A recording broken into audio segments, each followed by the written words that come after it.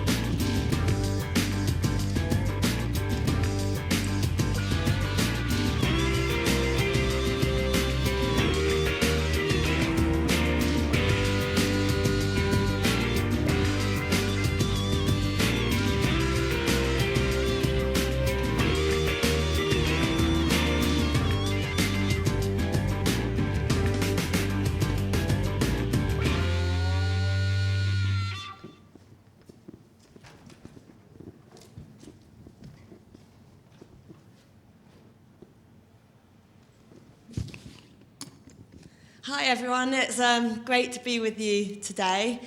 As you saw from my video, that's pretty much the last 7 years. When I was at school, there's nothing I hated more than speaking to groups of people. In fact, I'd have done anything to get out of it. And now I find myself doing it all the time and absolutely love it. It's funny how life can change sometimes, and mine certainly did that back in May 2007. Before my accident, as a chiropractor, I'd been at university and trained for 4 years and set up my practice at home. But my passion was riding the horses. And from the age of 3, I was on ponies and then got more competitive and eventually reached the highest level in the sport just 6 months before my accident when I was competing at the 𝗣𝗿cie horse trials. And had 6 lovely horses and my dreams were coming true. I had ambitions for the future of just to keep going on from there and fulfilling my dreams. But then on May the 6th, 2007, I just went off to an event I'd competed at many times before, and it was just a training run really for a bigger event to come. And I set off on the cross country, and the horse just clipped his shoulder on a tree. It flung me into the tree, and instantly I knew I was paralysed. I'd had bad falls before, only 3 years before. I had a horse fall, he landed on me and broke my pelvis and my ribs. And I moved my toes and felt relieved straight away that it wasn't any more severe. This time I knew what I'd done. My heart sank. I was airlifted to the Queen's Medical in Nottingham, and I was operated on that night. I had titanium rods put in my back. I'd fractured my my neck at C7 and dislocated my back. So it was the rods were put in to realign my spine. And I remember being told it was highly unlikely I'd ever walk again. An awful lot to take on board. I never sat still before my accident. I was always up on my feet. I was always doing things. Like, how could I face life just sat in a wheelchair? I then got pneumonia and was in intensive care for about 10 days. Most of that time I don't really remember much about it. But when I started to, I knew that I'd got a few years of real tough times. I was keen to get stuck into the rehab, and I was taken to Sheffield Spinal Unit, and I thought I was going to be in for a tough time, doing a lot in the gym and really trying to make what recovery I could. And they did a brilliant job at getting me better. I was so poorly, and they weaned me off the ventilator, and the treatment I got was, you couldn't complain about that. But when the rehab came, I was very disappointed. I got 3 sessions a week for 45 minutes. As a fit sports person, I just needed to do more. Any kind of hope was false hope. Any positivity was denial. They wanted you to accept it. You're in a chair, get on with life in a chair, and just really focus on the parts that work, forget the rest. I disagreed with what they wanted me to do. If I never sent another signal to my legs, they weren't going to work. I had to try. And the worst case scenario would be just that I was fitter and healthy than I would be not, even if I didn't get the recovery. It had to do me good. So that's what I decided to do, and after 8 weeks, I discharged myself. They were expecting me to be in for about 5 or 6 months. And the day I told them, they couldn't believe it. I went in, I started to go home a little bit for the odd day, and I went in and said, I'm leaving today. Well, their jaws dropped to the floor. They said, no one leaves at 2 months. I said, well, I am.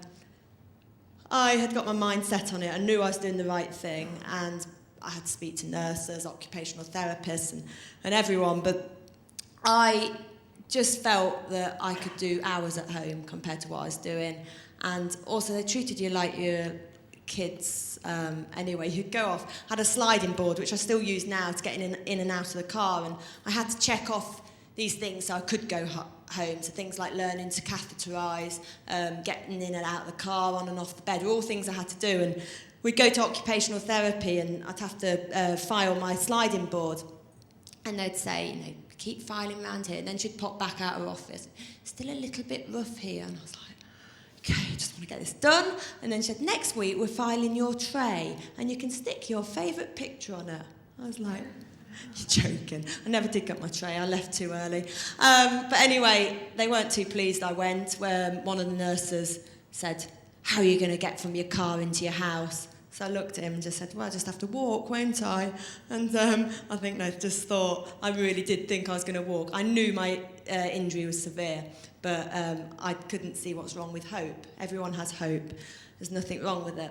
So off I left, and then I found an own physio, and I had a lot of support from the equestrian world, which meant I could go and get the equipment I needed and keep having physio. And I found a place in America, which was the place you saw on the video, called Project Walk, and I got a home programme because at the time there was nowhere in the UK that had these kind of facilities. So I went away and I did a week's course and got all my own kind of physio plans and how I was going to keep pushing on.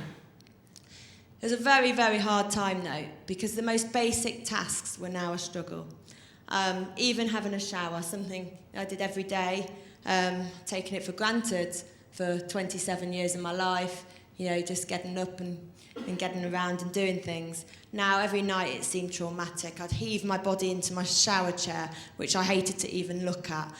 My body shape had totally changed. Now, I'd been fit, had a toned stomach. You know, it's just totally different. I'd sit there and look at my body, and I'd got spindly legs and a floppy, soft tummy, and it just didn't feel like me. And then I'd see the water going down my body, and I couldn't feel if it was hot or cold. I felt 2/3 dead. How was I going to get through it? I just didn't know if I could, to be honest. I did wonder if I should have hit the tree a little bit harder and not still been here. It wasn't without really hard days, but I kept making myself bounce back. If I kept thinking of all the things I couldn't do forever, I'd have a miserable life for years. So I felt I had no option than to keep getting out there and doing things. And in those early days, just going out for lunch when I didn't feel like it was a challenge. And I'd make myself go, but the majority of times I'd feel better after it. Now, everyone thinks when I did the marathon, that was my hardest challenge. And I can tell you what, it wasn't even close to just making yourself get out of bed when you didn't have anything to get up for. They were the hardest days of my life. Also, after 10 months, my relationship broke up, and I'd been with the guy for about 4 years, and it was I felt really rejected. It wasn't the same after the accident, but a spinal injury has a huge effect on everyone, not just yourself, and we probably would have split up anyway, but because of the time it happened and I felt really low, it was like another slap round the face. So I was really low in confidence. I thought I'm going to be approaching 30, not be with anyone, all my friends would be settling down and having children, and I'd be just sat in a wheelchair, lonely. And those were the dark days. But I decided, well, I can't really do that. It's a miserable life forever. So after I split up with my boyfriend, I came across this link that my friend had been on my laptop, and I seen what she'd been on, and it was a dating website. So I thought, fill in the profile. And that's what I did. I was in a wheelchair. I was determined to walk again. And it's pretty upfront. I also put a load of pictures of me doing things, the eventing, skydives, different things I'd done to show I was an active type of person. And I got a message from someone called Dan after about 3 days. But I couldn't read the message unless I paid 20 quid. I thought, I'm not paying 20 quid. It'd probably be a waste of time. And you could look at his profile, and he looked okay on the pictures. My friends were like, do it, you've got to do it. I got my card out and thought, right, I'll do it. Anyway, it's my husband now for 20 quid. So it wasn't that difficult. And life really started, that gave me a real boost, and life started to pick up. And I knew, although I was continuing my rehab and I was determined to keep doing that, if that's all I focused on, I would have still been very unhappy. I had to rebuild my life again. Another thing that I totally missed was the horses and my sport. I knew I needed to find something else, and I tried riding again. I had the 2012 Paralympic selectors come and speak to me because I'd obviously done a lot of riding, and they were like, would you like to aim for the Paralympics? I tried riding, but it just wasn't the same. I think I'd rather have watched paint dry. It was just so boring compared to what I did racing around and jumping fences. It was just going back to the very, very basic level. I tried a few things, but then I found skiing, and this was my type of thing. Learning felt like it was impossible at times. I fell and fell, but once I got the hang of it, it was so much fun, and I could go with my family and friends, and and everyone and get out there and just have a great time, and also frighten everyone to death by dodging the trees, hopefully a little more successful than I did a few years earlier. But again, it gave me that adrenaline rush I really needed to be happy. And it was really the first thing that took me away from my injury.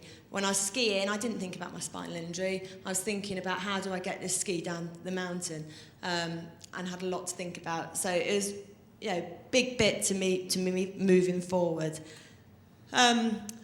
I actually then got a job in a part-time job in a ski office, local. I was offered this job through a mutual friend, and it wasn't my ideal job. I didn't want an office job. I loved the chiropractic because it's practical. I loved being outdoors, and I thought about it. I thought, no, take it. You've got to take opportunities, and it was the first thing really that I had to get up for. And even if I felt really low, every time I went in there, I felt better because it made me get out of bed and something to get up for. And I got a load of free skiing holidays, which was pretty good. I even went to my Hindu skiing with 8 friends, able-bodied friends that I'd had before the accident. The doctors used to say to me, this is your new life now and you'll make new friends. I used to think, I don't want any new friends, don't like people in chairs. Which I really did feel like that because it suddenly happens to you, then you're around you and they think that you're all going to get on and, what injury have you got? What type of chair have you got? I hated chairs. So I liked to be around the people I was with before, and skiing was something I could do that.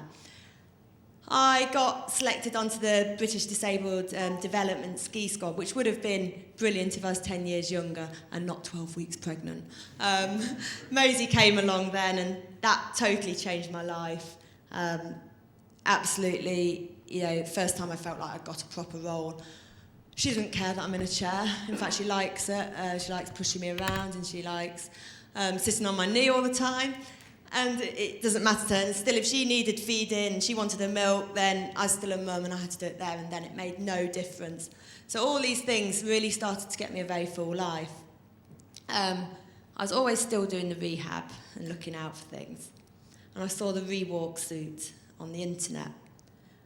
I thought I'd like to get my hands on that. And maybe I could walk the London Marathon in it.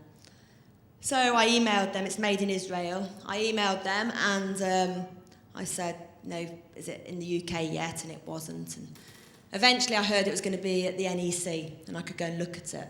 So I did. I went over. Maisie was tiny then. We went over to see it. And I was really impressed with it. And the Israeli guy was walking around in it and he made it look easy. So I thought, yeah, I will do the marathon. I got my place. I was hoping they'd get it in the UK in time. And I eventually got an email in December 2011 saying it will be here in January and you can be the first person in it, knowing my aim was to do the marathon. I think they thought I was slightly crazy, but I really wanted to do it. I wanted to raise money for spinal research. So I only had 12 weeks to learn and I had to decide whether to wait another year or crack on and do it in the 12 weeks. And I decided to crack on and do it in the 12 weeks. But when I got in it, I wasn't like the Israeli guy. I found it so difficult. Every spinal injury is different. I'm paralysed from the chest down. I don't feel anything from the chest down. So even standing in it was difficult. I couldn't feel my legs, and it's probably hard. Everyone can see that I can't move and you're in a wheelchair. People forget that I can't feel anything. And it's hard to trust your legs are there when you can't feel them. So I had to bring my weight back, otherwise too much on my arm, and it really hurt, my wrists hurt. And that was just standing still. And then I tried to walk. Well, it was one step at a time, and the stop, I catch a foot, and it's really sensitive. It works by a little tilt sensor above my pelvis, and for every step, I have to tilt my pelvis. I have a watch control on, and I put it into walk mode, and then tilt for every step. But I don't even know where my legs are, and I have to get the tilt at the right time, so I spent all my time looking down and trying to get it right. And I'd really launched into it. I was going on things like Daybreak and different national TV programmes. I was sitting on the sofa and I was like, yeah, I'm walking the marathon. I couldn't even walk across the room. I felt like I was lying. But because I'd launched into like that, I couldn't fail. Failing was not an option. If I was going to set off on that first day, no matter what. And it was April the 22nd that I set off, and it took me 17 days of walking. And what kept me going was the donations coming in. When I was in hospital, I saw a lot of people worse off than me. The support I had was unbelievable. but also my injury. It's pretty drastic. It's a horrible injury to get because there's no preparation time. You know, that morning at Osberton Horse Trials, I was running around, nipped to the loo. I didn't think, lucky to be able to go to the loo. What I should have done, you know, if I knew what I was going to face, because that doctor said to me, it's highly unlikely you ever walk again. That's only a little part of it. I didn't know I'd be peeing myself 5 times a day when I came out of the hospital, and then getting changed, heaving out of my clothes. I didn't realise it would be as bad as it was. And it certainly did, like, in those first few years, test me. And completely embarrassed me at times. There's only one way to cope, and it was to try and kind of see the funny side, which I usually managed. Even when I was in America at Project Walk, I filled our time, we went shopping, and we'd gone into Ralph Lauren, lovely marble floor, it's gorgeous. I only went and peed on it, holding my clothes. It's like trickle, trickle, trickle. I was like, Mum, I've got to get out. So put the clothes on the side, quickly go out, and it was just like, it's like one of those situations, do you laugh or cry? And most of the time I could manage to laugh, and we have had some really amusing times. But it does take a lot of getting used to as well, and a lot of difficulties. So that's really what spurred me on to raise the money I could, and seeing, I'd say, a lot more people with neck injuries and back injuries in the hospital. A lot of young people, like myself, had their lives turned upside down, but even more so. Some of them even relying on a ventilator to breathe. You know, age 20, a lot of lads, and you'd just be like they faced having 2 carers 24/7. That's what drove me to keep going throughout my training for the marathon, and all the fundraising I'd done before that. I'd always supported the charities after my accident. So anyway, in the end it raised 210,000 for the charity. I couldn't believe it. It rained most of the 17 days, all but the first and last day. And it was difficult out there. I mean, you saw me walking in here, that's hard enough. When you're out on the pavements and the ups and downs, it's not just going at that speed, it's stopping and starting and struggling and concentrating. I had celebrities join me, and such a boost. The training was tough, the marathon was really good fun. When I had my accident, I thought I'm never going to get the highs I got from eventing, and you know, like when I was at 𝗣𝗿cie Horse Trials, I can tell you what, this was 1,000,000 times better. It was just unbelievable. And even now, when I see the video 2 years later, I actually can't believe it was me. Ben Fogle was one of the people that joined me, and he said to me, you do realise you'll want to do something else after this? I looked at Ben and thought, you're talking absolute rubbish. I don't want to do anything after this, just want to get to the finish. And Ben was actually right. This spurred me on to do more and more, and I won't stop until I see a cure happen, and then I still won't stop. I'll find some other brilliant charity to support. But the finish day, I got out the taxi, and it was just swarms of people. In fact, when I was in the taxi, I said to my dad, you're going to have to clear some of these people out of the way, because I had to concentrate. I needed to be able to see where I was going and have room for my crutches. And he says, I think they're all here for you. And I just couldn't believe it. And they were. And that last 3/4 of a mile, I think I walked quicker than ever. I looked at all the press was shouting at me at the end to look up, and it's hard to look up. I had to look at my feet. I was trying to look up for the pictures and then concentrated. But it was a totally overwhelming experience. It was only about 3 or 4 days later I then decided that Ben was right and I did want to do something else. And I thought, let's probably do something with cycling. The first idea is I got a special bike at home that I got 2 years after my accident. And that was something I wasn't told in the hospital, which I think they ought to tell everyone. And it's called an FES bike. It's functional electrical stimulation. I use it probably about 3 or 4 times a week now. And I put pads on my legs, and it makes my legs work. And basically what it does, it's like computerised. It sends the signals, these electrical stimulation, to the muscles at the right time to make my legs do a cycling motion. It keeps my bone density better than it would if I didn't, and my circulation, muscle mass. So the benefits are huge. And I thought maybe I could, use this for some kind of challenge. So I got in touch with the company, and I bought it off and said, can we get this on a bike that I can use outdoors? And we tried, and they were brilliant to work with. And we did get it going, but not good enough to be able to do. I wanted to do Paris to London, and in the end, I had to give up with that. And I tried hand cycling too. I wanted to do the FES because I wanted it to be another first, like the marathon with the suit, and I thought it'd get more profile.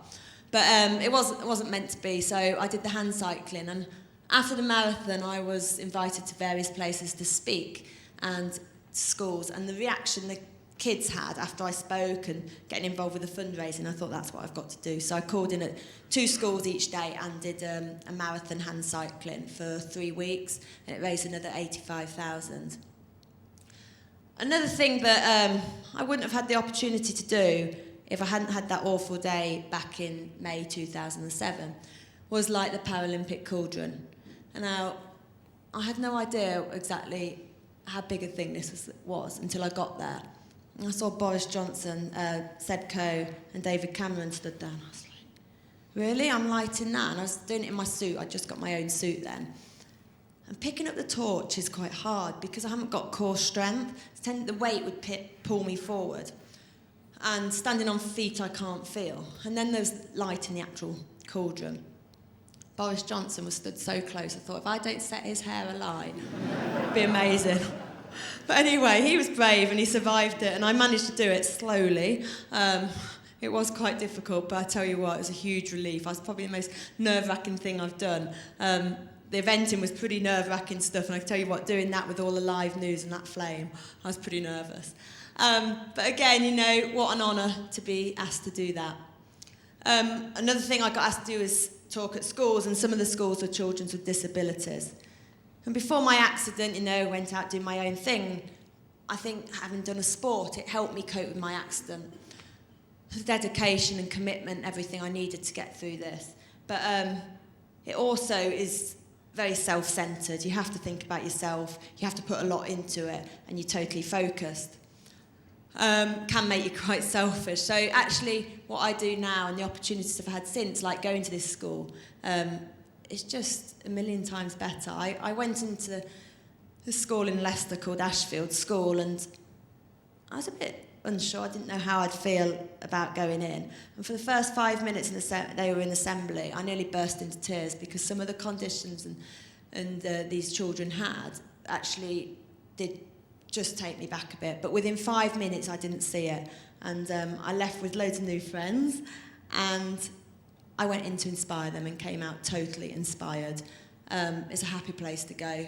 The school was just, you know, actually full of energy, and you came out with a real buzz. So I visited some schools like that on the Cycle Challenge as well, and it's been worth, you know, everything to do that compared to riding horses around in circles. There's no comparison. So then everyone was like, what are you going to do next? And I didn't want to obviously stop at that, so I thought about another sporting thing, but I don't think I could go out and raise that kind of money by just doing another sporting event each year. It's hard to fundraise that kind of amount, and the reason I managed to get the bike ride money was because I did the school visits, and they then did non-uniform days or fun runs and things. So this year I've done lots of different events. I've planned some events, and I still do the school visits. But also I wrote my book, and this is my book, and I started this with a ghostwriter. And she came out, she wrote a really good article on me after the marathon, and I liked her style. And she came out and she interviewed me, and she wrote the first chapter. And although it is beautifully written, it just didn't sound like me at all. And in the end I thought, you know, I'm going to write this myself, because no one else has lived those dark, horrible days and can describe it. I don't think even the closest people to me would know everything I felt and what exactly it was like. So for that reason, I picked up the pen, I hand wrote it all. Dan typed it up, don't know how he read my writing, but seemed to manage. And I started in September and finished it in November, and then put it all together. I then had to decide whether I was going to try and get a publisher or self-publish. And publishers keep all your money, 95%. I was like, don't fancy that. I've done all the work, and no, I didn't fancy that. So, and also I wanted to do it to raise some money for Nichols' Spinal Injury Foundation. So that's what I did. Self-published, and I think I made the right choice already. You know, I've given a 4-figure cheque to Nichols, and it will keep coming in. So the Nichols Spinal Injury Foundation are the one I support now. I met David Nichols after the marathon, and it was through Helen Fosborough, who interviewed me on Daybreak. She was patron of the charity, and she said, you really ought to meet David. And I got asked and approached by a lot of charities after the marathon, and I couldn't do everything. So I wasn't like desperate to meet him, but Helen was lovely, and I thought I'd go in and see what he had to say. I was absolutely blown away by the research. And also David's passion is the same as mine. His son was paralysed, aged 20, on Bondi Beach, dived into a sandbank. Can't use his arms, and it's, again, totally different to what I have. David's always been determined to get a cure. The hospital, Stoke Mandeville, actually told David, when they knew he was setting up a charity, they said, don't waste your time. It says, you raise money for your son and get what he wants, but don't waste your time on research. Well, I can tell you what they are doing now, they are so close, and it is really exciting time, and they are going to have to eat their words soon. But it's just brilliant because they don't waste a penny, the Nichols. It's a small charity. It's expanding because of the research they're doing. But it's definitely the one that I want to support from now on. And it won't be that many years before I'm doing another big fundraiser, and it will be walking the marathon without Fred over there, the suit. It will happen. It's just time, and we'll get there. So really, my message to you all is to get out there, and even when things feel tough, not everyone is faced with paralysis or something, but even small challenges, or you just feel flat, or for whatever reason you feel a bit down, is to get out there and make your own luck. I know I've been lucky. I've had money raised, I've had support, friends and family behind me, but I also know that I've made my own luck. If I'd sat there and dwelled on everything I'd lost, which was a fair bit in the first few years, it felt like almost everything. It felt like every door had been slammed in my face. 4 years to become a chiropractor, 25 years training to get to Burley and learning how to ride an event and everything. Suddenly couldn't do anything. How was I going to turn my life around? But it was the small things that led to big things. And if I'd kept dwelling on all the things I'd lost, I wouldn't have had the best days of my life after my accident. And I can honestly say I wouldn't go back to my old life now. My life's better now than it was.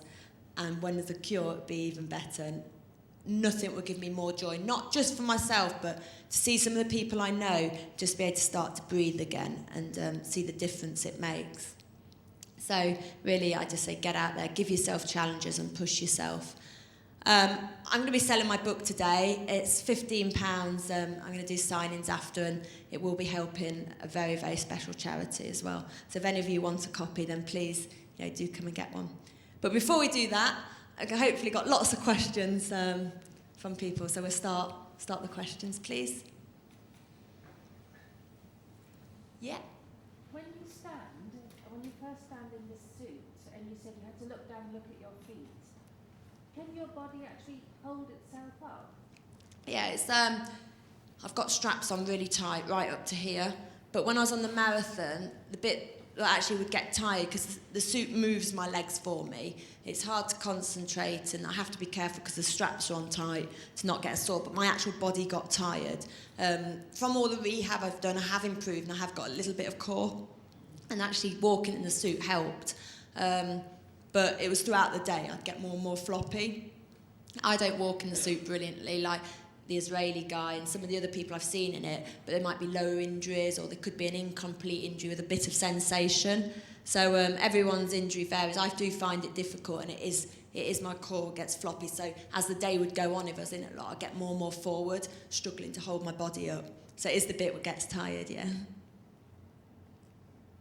Yeah.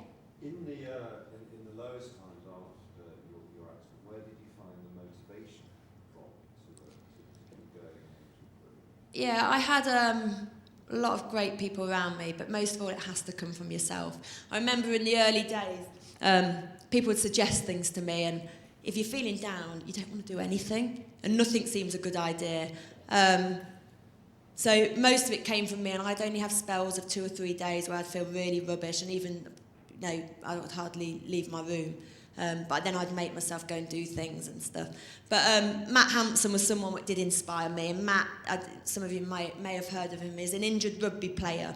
He's injured age 20, and he played for England under 21. It was training, and the scrum collapsed, and he broke his neck, and he's on a ventilator, an electric chair, he can't move his arms at all. Matt only lives 15 minutes away, and he's incredible, and he's just got on with life. And I always thought, you know, if he can do that, then I've got nothing to moan about. So Matt would help me a lot, and he actually set up a charity to help injured sports people, and he gave a good donation towards me getting the suit to be able to do the marathon.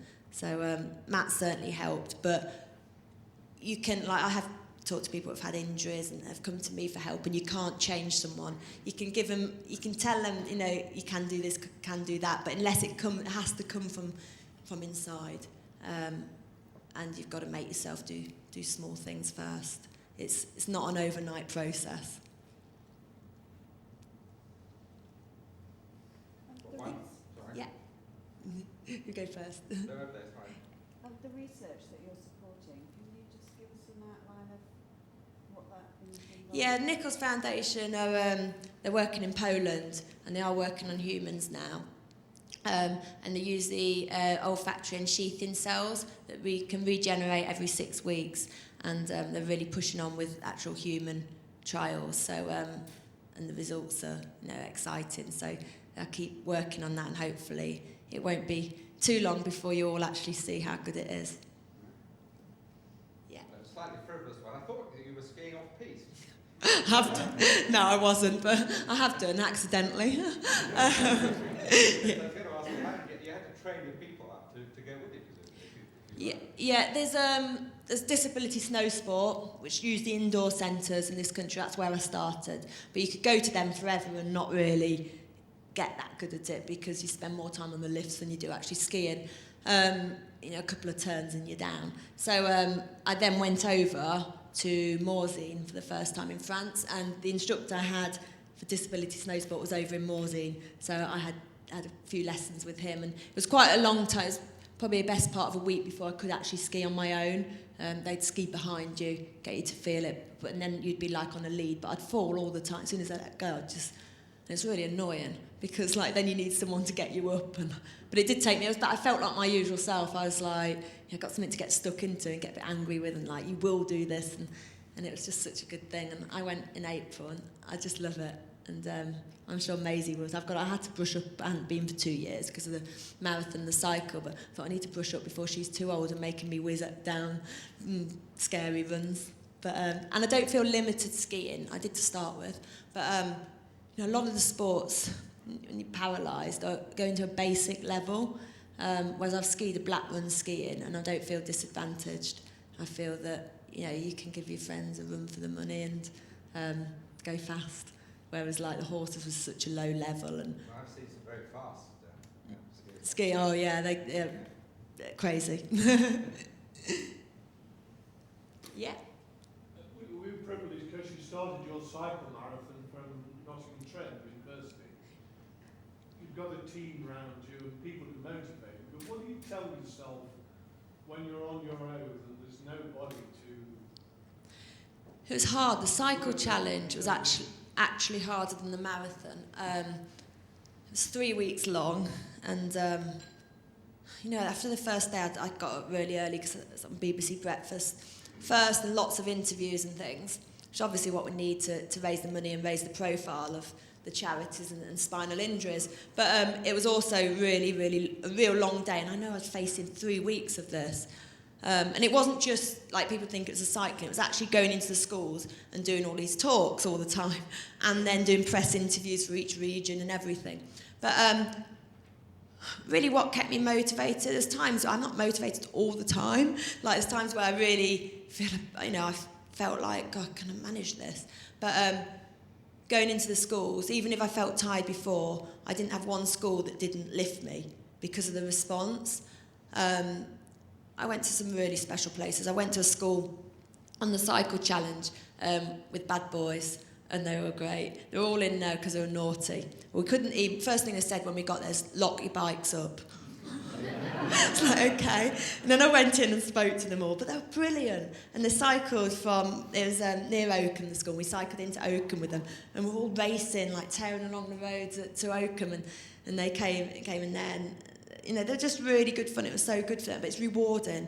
They had loads of questions. They were interested in the suit and everything. So things like that kept me motivated. Anything I did like that gave you a real buzz and a lift, so it kept you going. And the donations, and you know, those lads wouldn't have had a lot of support from home who were living in there. And they raised £450 through washing cars and things. So they got them doing things, which was good for them, thinking of other people, and you know, having the talk and everything. So it was a real boost doing things like that at the same time as raising the money. Any more? Come on, the kids ask more. The kids ask anything. At one primary school, they said, in fact, one little boy, he said, so if I got a chainsaw and cut your leg off, would you feel that? So I am prepared for anything. That's when I'm nervous, when it's a load of like under 10s. I'm like, oh. They're all anxious for lunch, Claire. Yeah, no, sure. Well, thank you very much, Claire, Thank for you. a truly inspirational story and thinking differently. Thank you.